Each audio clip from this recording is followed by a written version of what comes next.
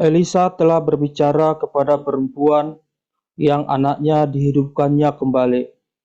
Katanya, "Berkemaslah dan pergilah bersama-sama dengan keluargamu, dan tinggallah di mana saja engkau dapat menetap sebagai pendatang, sebab Tuhan telah mendatangkan kelaparan yang pasti menimpa negeri ini 7 tahun lamanya." Lalu berkemaslah perempuan itu, dan dilakukannya seperti perkataan abdi Allah itu. Ia pergi bersama-sama dengan keluarganya, lalu tinggal menetap sebagai pendatang di negeri orang Filistin 7 tahun lamanya. Dan setelah lewat ke 7 tahun itu, pulanglah perempuan itu dari negeri orang Filistin. Kemudian ia pergi mengadukan perihal rumahnya dan ladangnya kepada raja. Raja sedang berbicara kepada Gehazi, bujang abdi Allah itu. Katanya, "Cobalah ceritakan kepadaku tentang segala perbuatan besar yang dilakukan Elisa." Sebab ia menceritakan kepada raja tentang Elisa menghidupkan anak yang sudah mati itu. Tampaklah perempuan yang anaknya dihidupkan itu datang mengadukan perihal rumahnya dan ladangnya kepada raja. Lalu berkatalah Gehazi, "Ya Tuhanku Raja, inilah perempuan itu, dan inilah anaknya yang dihidupkan Elisa." Lalu raja bertanya-tanya, dan perempuan itu menceritakan semuanya kepadanya. Kemudian raja menugaskan seorang pegawai istana menyertai perempuan itu dengan pesan, "Pulangkanlah segala miliknya dan segala hasil ladang itu, sejak ia meninggalkan negeri ini sampai sekarang." Elisa masuk ke Damsyik, dan pada waktu itu Ben-Hadad, Raja Aram, sedang sakit. Ketika dikabarkan kepada raja, "Sudah datang abdi Allah kemari," berkatalah ia kepada Hazael, "Ambillah persembahan, pergilah menyongsong abdi Allah itu, dan mintalah petunjuk Tuhan kepada perantaranya. Sembuhkanlah aku dari penyakit ini." Lalu pergilah Hazael menyongsong dia. Diambilnyalah persembahan berupa segala barang yang indah-indah dari Damsyik, sebanyak muatan 40 ekor unta. Sesudah sampai, tampillah ia ke depan Elisa dan berkata, "Anakmu Ben-Hadad, Raja Aram, menyuruh aku menanyakan kepadamu, apakah aku akan sembuh dari penyakit ini?" Jawab Elisa kepadanya, "Pergilah, katakanlah kepadanya, pastilah engkau sembuh. Namun demikian, Tuhan telah memperlihatkan kepadaku bahwa ia pasti mati dibunuh." Elisa menatap dengan lama di depan, lalu menangislah abdi Allah itu. Hazael berkata, "Mengapa tuanku menangis?" Jawab Elisa, "Sebab aku tahu bagaimana malapetaka yang akan kau lakukan kepada orang Israel. Kotanya yang berkubu akan kau campakkan ke dalam api, terunanya akan kau bunuh dengan pedang, bayinya akan kau remukan, dan perempuannya yang mengandung akan kau belah." Sesudah itu berkatalah Hazael, "Tetapi apakah hambamu ini, yang tidak lain dari anjing saja, sehingga ia dapat melakukan hal sehebat itu?" Jawab Elisa, "Tuhan telah memperlihatkan kepadaku bahwa engkau akan menjadi raja atas Aram." Lalu ia pergi dan meninggalkan Elisa. Dan setelah ia sampai kepada tuannya, berkatalah raja kepadanya, "Apakah dikatakan Elisa kepadamu?" Jawabnya, "Ia berkata kepadaku bahwa pastilah engkau sembuh." Tetapi keesokan harinya ia mengambil sehelai selimut yang telah dicelupkannya ke dalam air dan membentakannya ke atas muka raja. Jadi matilah raja, dan Hazael menjadi raja menggantikan dia. Dalam tahun kelima zaman Yoram, anak Ahab, Raja Israel, pada waktu itu Yosafat adalah Raja Yehuda. Yoram, anak Yosafat, Raja Yehuda, menjadi raja.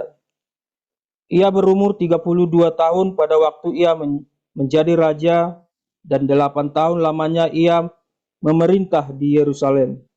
Ia hidup menurut kelakuan raja-raja Israel seperti yang dilakukan keluarga Ahab, sebab yang menjadi istrinya adalah anak Ahab. Ia melakukan apa yang jahat di mata Tuhan. Namun demikian, Tuhan tidak mau memusnahkan Yehuda oleh karena Daud, hambanya, sesuai dengan yang dijanjikannya kepada Daud, bahwa ia hendak memberikan keturunan kepadanya dan kepada anak-anaknya untuk selama-lamanya. Pada zamannya memberontaklah Edom dan melepaskan diri dari kekuasaan Yehuda, dan mereka mengangkat seorang raja atas mereka sendiri. Maka majulah Yoram ke Zair bersama-sama dengan seluruh keretanya. Pada waktu malam bangunlah ia, lalu bersama-sama dengan para panglima pasukan, karena ia menerobos barisan orang Edom yang mengepung dia. Tetapi rakyatnya melarikan diri pulang ke kemahnya. Demikianlah Edom memberontak dan terlepas dari kekuasaan Yehuda sampai sekarang ini. Lalu Libna pun memberontak pada masa itu juga. Selebihnya dari riwayat Yoram dan segala yang dilakukannya, bukankah semua itu tertulis dalam kitab sejarah raja-raja Yehuda? Kemudian Yoram mendapat perhentian bersama-sama dengan nenek moyangnya, dan ia dikuburkan di samping nenek moyangnya di kota Daud. Maka Ahazia anaknya menjadi raja menggantikan dia. Dalam tahun ke-12 zaman Yoram, anak Ahab Raja Israel, Ahazia anak Yoram Raja Yehuda menjadi raja. Ia berumur 22 tahun pada waktu ia menjadi raja, dan setahun lamanya ia memerintah di Yerusalem. Nama ibunya ialah Atalia, cucu Omri Raja Israel. Ia hidup menurut kelakuan keluarga Ahab, dan ia melakukan apa yang jahat di mata Tuhan, sama seperti keluarga Ahab, sebab ia adalah seorang menantu dari keluarga itu. Ia pergi bersama-sama Yoram bin Ahab untuk berperang melawan Hazael, Raja Aram, di Ramot Gilead. Tetapi orang-orang Aram melukai Yoram. Kemudian pulanglah Raja Yoram ke Yisrael supaya diobati luka-lukanya yang ditimbulkan orang Aram di Rama pada waktu ia berperang melawan Hazael, Raja Aram, dan Ahazia, anak Yoram Raja Yehuda, pergi menjenguk Yoram bin Ahab di Yisrael karena dia sakit. Matius 28 ayat 1-20. Setelah hari Sabat lewat, menjelang menyingsingnya fajar pada hari pertama minggu itu, pergilah Maria Magdalena dan Maria yang lain menengok kubur itu. Tiba-tiba terjadilah gempa bumi yang hebat, sebab seorang malaikat Tuhan yang turun dari langit datang ke batu penutup itu dan menggulingkannya, lalu duduk di atasnya. Wujudnya bagaikan kilat, dan pakaiannya putih bagaikan salju. Penjaga-penjaga itu pun gentar ketakutan, dan menjadi seperti orang-orang mati. Akan tetapi, malaikat itu berkata kepada perempuan-perempuan itu, "Janganlah takut, sebab aku tahu kamu mencari Yesus yang disalibkan itu. Ia tidak di sini, sebab ia telah bangkit, sama seperti yang telah dikatakannya. Mari, lihatlah tempat ia dibaringkan." segeralah pergi dan katakanlah kepada murid-muridnya bahwa ia telah bangkit dari antara orang mati. Ia mendahului kamu ke Galilea. Di sana kamu akan melihat dia. Sesungguhnya aku telah mengatakannya kepadamu. Mereka segera pergi dari kubur itu dengan takut dan sukacita yang besar, dan berlari cepat-cepat untuk memberitahukannya kepada murid-murid Yesus. Tiba-tiba Yesus menjumpai mereka dan berkata, "Salam bagimu." Mereka mendekatinya dan memeluk kakinya serta menyembahnya. Kata Yesus kepada mereka, "Jangan takut. Pergi dan katakanlah kepada saudara-saudaraku, supaya mereka pergi ke Galilea, dan di sanalah mereka akan melihat aku." Sementara mereka di tengah jalan, datanglah beberapa orang dari penjaga itu ke kota, dan memberitahukan segala yang terjadi itu kepada imam-imam kepala. Sesudah berkumpul dengan tua-tua, mereka mengambil keputusan lalu memberikan sejumlah besar uang kepada serdadu-serdadu itu dan berkata, "Kamu harus mengatakan bahwa murid-muridnya datang malam-malam dan mencurinya ketika kamu sedang tidur. Apabila hal ini terdengar oleh gubernur, kami akan berbicara dengan dia, sehingga kamu tidak mendapat kesulitan apa-apa." Mereka menerima uang itu dan berbuat seperti yang dipesankan kepada mereka. Cerita ini tersebar di antara orang Yahudi sampai hari ini. Ke-11 murid itu berangkat ke Galilea, ke bukit yang telah ditunjukkan Yesus kepada mereka. Ketika melihat dia, mereka menyembahnya, tetapi beberapa orang ragu-ragu. Yesus mendekati mereka dan berkata, "Kepadaku telah diberikan segala kuasa di surga dan di bumi. Karena itu pergilah, jadikanlah semua bangsa muridku, dan baptislah mereka dalam nama Bapa dan Anak dan Roh Kudus. Dan ajarlah mereka melakukan segala sesuatu yang telah kuperintahkan kepadamu. Ketahuilah, aku menyertai kamu senantiasa sampai akhir zaman." Haleluya, luar biasa. Firman Tuhan selalu baru setiap hari ketika kita menanti-nantikan Tuhan dengan penuh cinta, dengan penuh kesetiaan, ya saudara, dan terus berbuat kebaikan, karena kebaikan yang Anda buat adalah sebuah Injil, sebuah kabar kesukaan bagi dunia ini. Ya, jadi memberitakan Injil, ya. Memberitakan Injil itu adalah suatu keharusan bagi pengikut Kristus. Ya. Kalau Anda sudah diselamatkan, Anda harus membagikan keselamatan itu, saudara. Memberitakan, bukan mengkristenkan. Ya, saudara ya. Anda harus memberitakan, bukan mengkristenkan. Nah, itulah bedanya dakwah Islam dengan dakwah Kristen. Dakwah Kristen Anda diminta mengislamkan, ya, dipaksa, diperangi, ya kan? Makanya dalam dakwah Islam itu tidak akan berhasil dakwah lewat apologia, saudara. Kalian lihat apologia Islam bapak belur semua, saudara ya, ya kan? Apologia itu Islam bapak belur semua itu ya, bahkan jadi bumerang semua ke mereka kan, semua bentuk jenis apologia karena diserang sama orang Islam sendiri. Kesaksian mereka itu, apologia mereka diserang sama orang Islam sendiri, saudara ya, dipermalukan oleh orang Islam sendiri. Ya, sama-sama orang NU, saudara ya. Nah, kesaksian mereka dipatahkan, kesaksian mereka atas kedahsyatan Al-Quran itu dipatahkan oleh orang-orang Islam sendiri. Tidak ada yang begitu. Ya, saking muaknya, enaknya ya. Dari mulai profesor fisika itu, si siapa itu saya lupa namanya ya, Hasanuddin siapa itu ya, yang profesor fisika dari Jepang itu, sampai Profesor Munim Siri, sampai adik Armando Kumaila, cewek satu itu ya, bikin babak belur mualaf ya, saudara ya. Karena memang dari dulu dakwah Islam itu tidak pernah berhasil dengan logika dan verbal. Dakwah Islam itu hanya bisa dengan beranak pinak macam tikus got dan pedang. Ya, kan Muhammad kan kalah debat sama orang Quraisy kan. Muhammad itu kalah debat sama orang Quraisy, saudara. Ya, akhirnya kacau balau tuh Muhammad, ya kabur, tak karuan kan. Yang udah lakum dinukum waliyadin, karena kalah debat, akhirnya lakum dinukum waliyadin.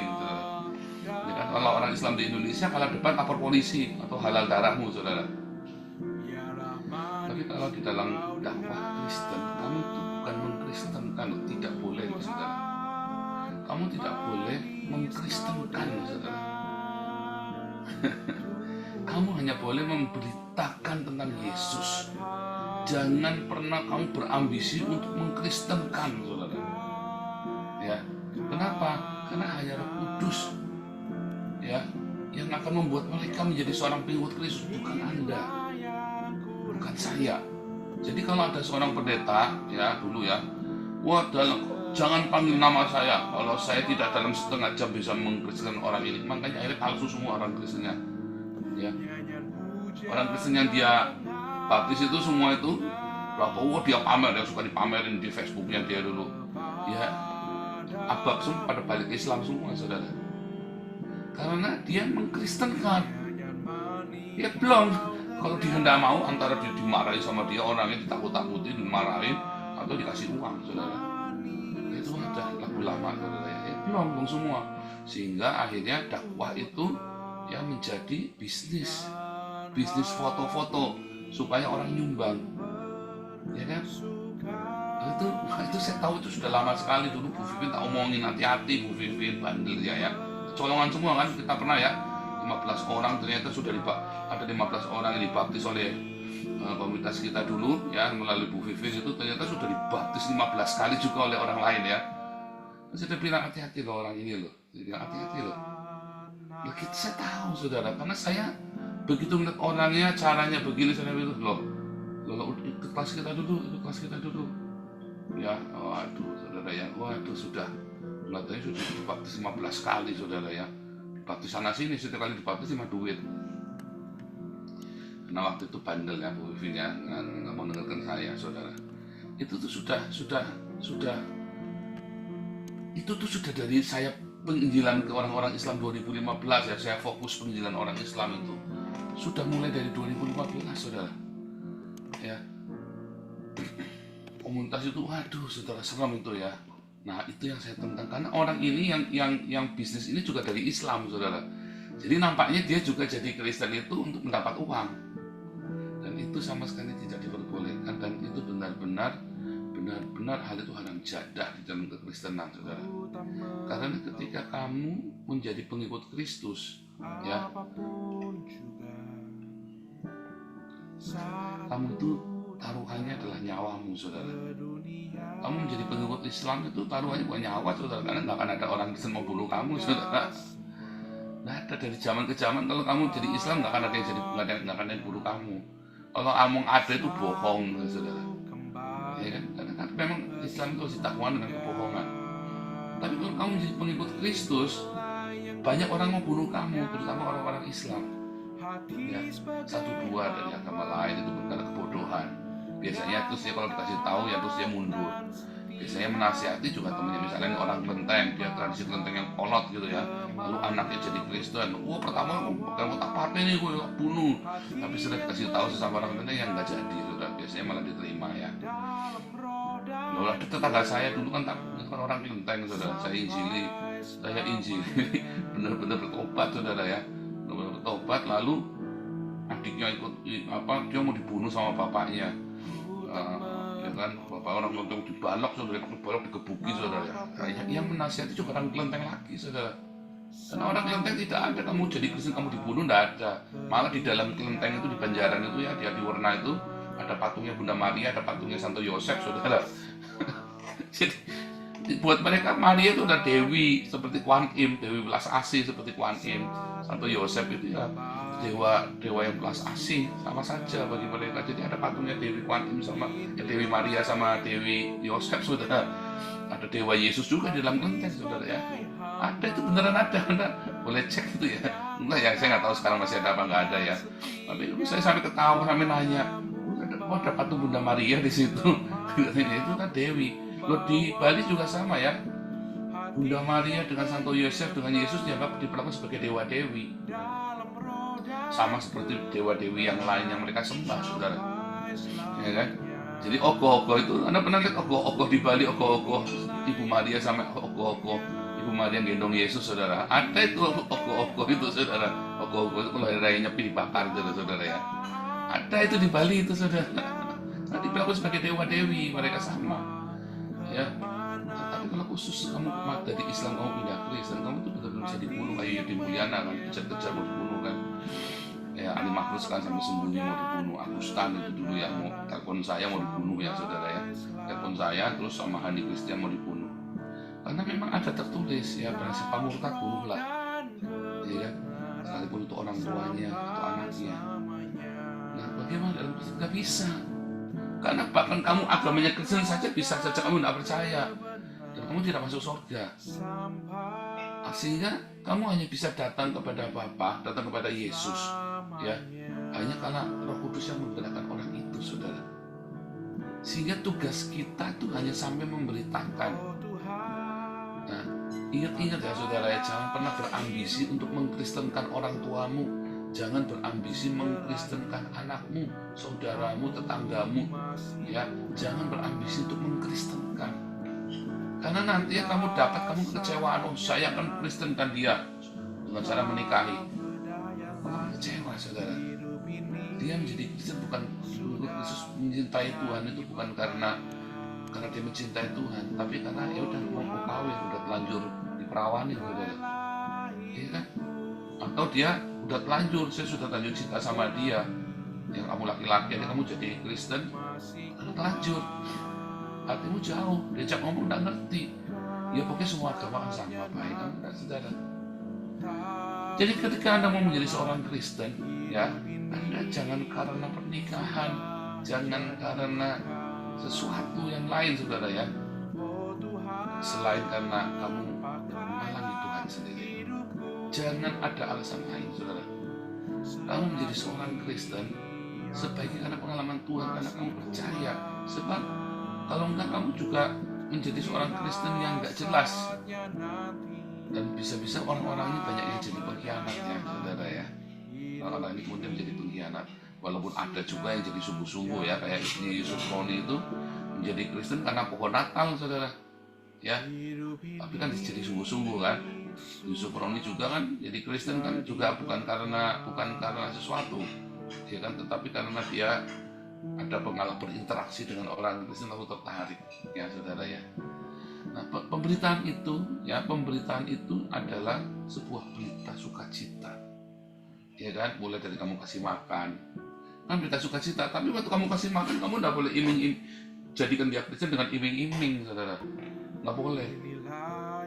Romo Van di Muntilan dulu itu ya, dia pendahulunya itu selalu memaksa, karena dia Belanda kan, memaksa orang-orang untuk foto ya ke gereja, dikasih Indomie, dikasih dulu bukan Indomie ya, kasih beras, kasih macam-macam ya. Nah, lalu waktu Romo Van datang, dia lihat ini nggak benar ya, ini nggak benar, bukan dipaksa untuk jadi Kristen ya, enggak, mereka tetap jadi Islam lagi, cuma dipaksa untuk foto-foto supaya dapat donasi. Lalu Romo Pandit masuk, ini nggak benar katanya kan.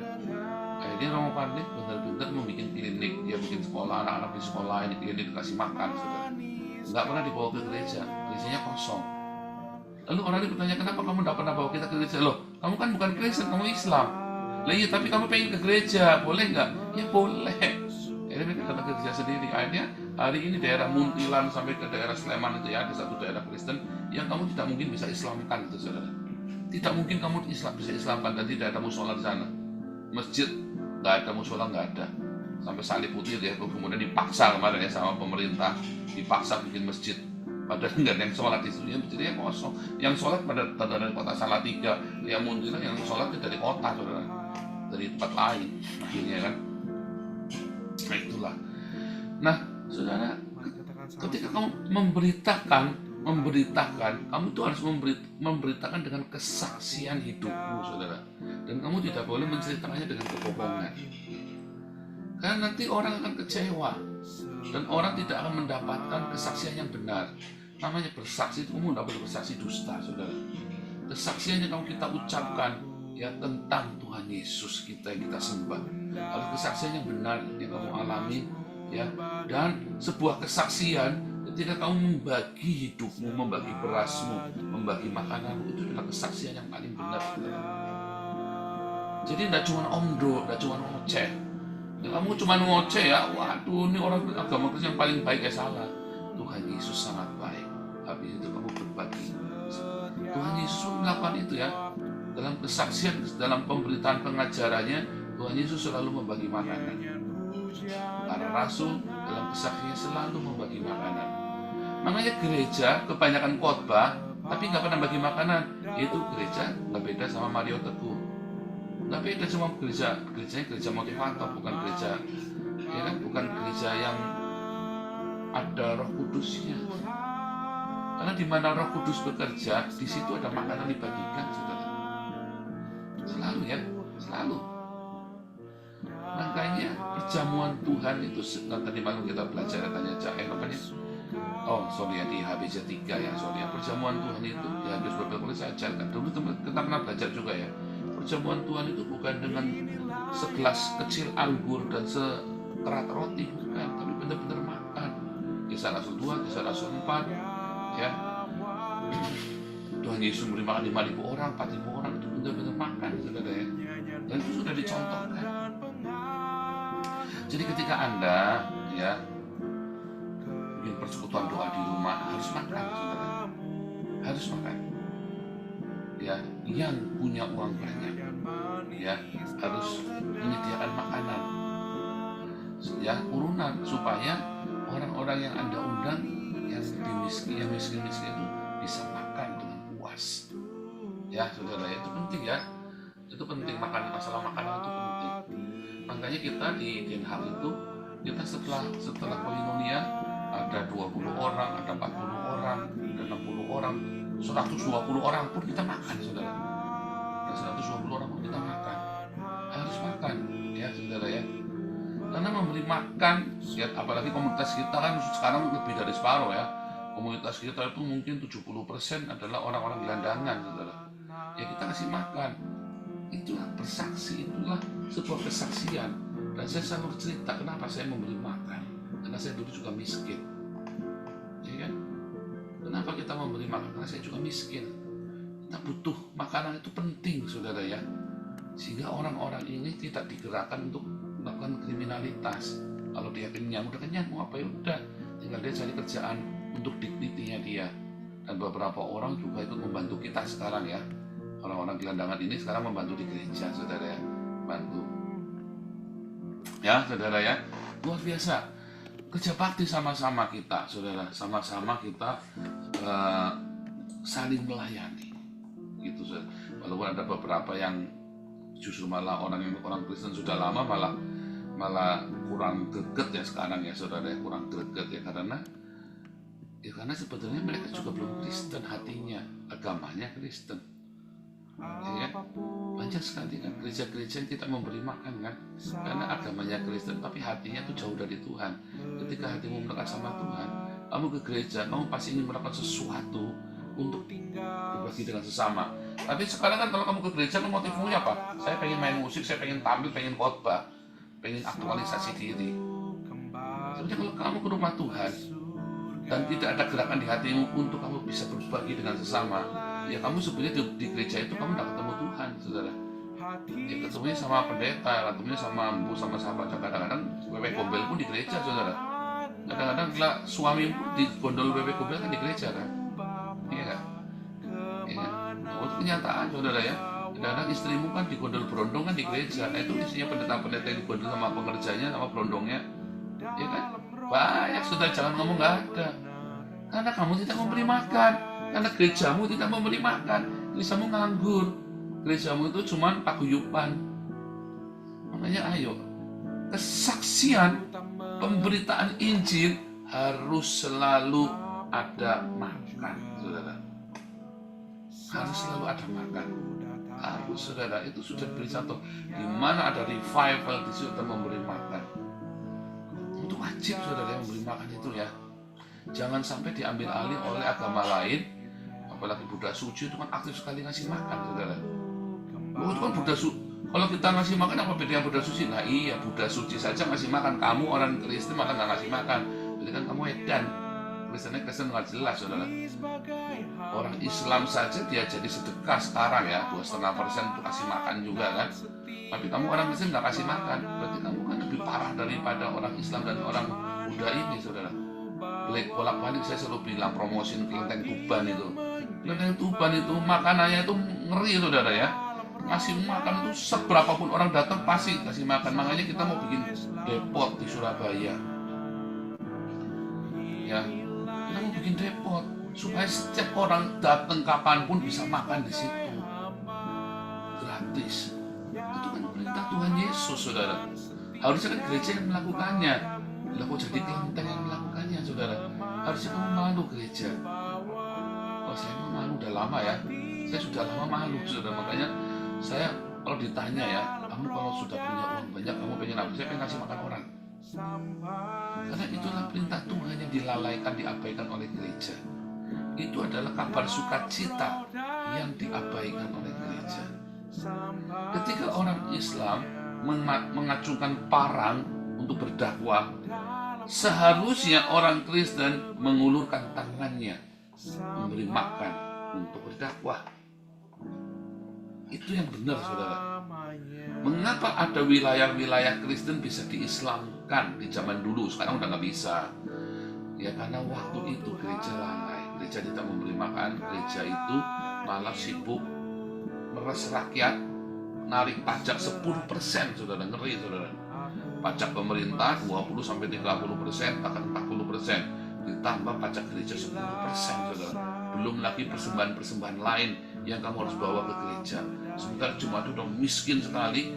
Lalu para bishopnya, para kardinalnya, para pemimpin gerejanya waktu itu hidup di dalam hedonisme. Bahkan katanya selibat tapi bisa punya anak haram. Akhirnya marah, jemaat marah. Akhirnya begitu Islam masuk ya didukung, saudara. Islam punya propaganda ya kan. Oh, kita pajaknya cuma 2,5%, kamu kan 10%, kita pajaknya cuma 2,5%, all in. Pajak negara dan pajak agama pokoknya 2,5%. Kecuali kamu tidak mau jadi Islam, pajak kamu 40%. Kisos itu ya, 40%, saudara. Maka orang berbondong-bondong jadi Islam kan? Kan begitu kan? Sebetulnya kan?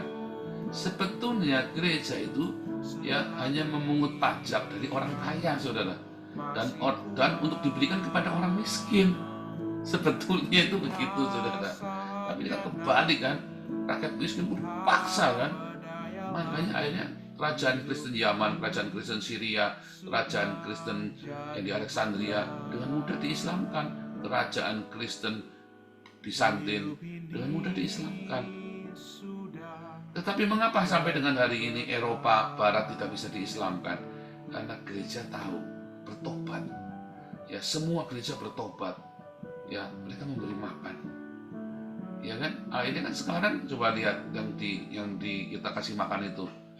Hanya gereja kasih makan. Karena masjidnya kasih makan boro-boro buat sewa gedung aja lagi utang-utang terus. Ya kan? Sewa masjid itu kan utang-utang terus, banyak yang ditutup kemarin waktu Covid gara-gara nggak bisa bayar sewa masjid kan. Sewa gedungnya akhirnya tutup masjidnya, saudara. Nah, sekarang kalau di Eropa gereja, kenapa gereja penuh? Kenapa gereja di Eropa penuh? Kalau bilang kosong itu hoax, saudara ya. Itu hoax. Ya, kan waktu itu pernah tak liput ya, nih gereja di Eropa nih penuh. Kenapa? Gereja di Eropa penuh. Gereja di kita pun sama ya, udah mulai penuh ya, saudara. Mulai banyak pertama kali kita kasih makan. Jadi tidak bisa diislamkan, sampai kapanpun tidak bisa diislamkan. Ya, sampai nanti suatu ketika ya terjadilah ya Roh Kudus diangkat dari muka bumi, dunia chaos, maka Islam akan tampil. Ya salah sendiri kan apa? Karena memang Roh Kudus diambil dari muka bumi. Ya maka sekarang yuk tiap hari saya selalu cerita, ayo kasih makan, ayo kasih makan, ayo kasih makan. Usahakan dengan tanganmu memberi makan, dengan tanganmu sendiri, saudara.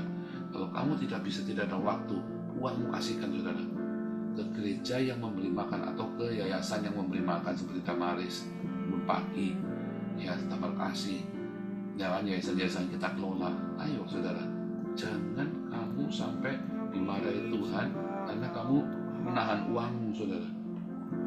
Alasannya karena si Paul ini licik, si Paul ini mungkin menara Babel. Sama-sama. Nah, alasannya kan banyak kan, saudara kan. Tapi uangnya tetap kamu tahan. kamu salah. Kalau kamu nggak kasih ke Damaris kasih gara-gara Paul membangun menara Babel, kenapa kamu nggak lakukan sendiri? Atau kamu bikin yayasan sendiri yang dikasih makan? Nah, tentunya ada yang bikin yayasan sendiri, duitnya dimakan sendiri, saudara ya. Nah, itu edan lagi, saudara. Nah, itu sama saja. Nah, itu ya. Nah, makanya, ayo saudara, hati-hati. Ya, kamu adalah seorang Kristen apabila kamu ngasih makan. Kalau kamu tidak pernah ngasih makan, kamu itu bukan Kristen. Kamu itu hanya penggembira di dalam gereja.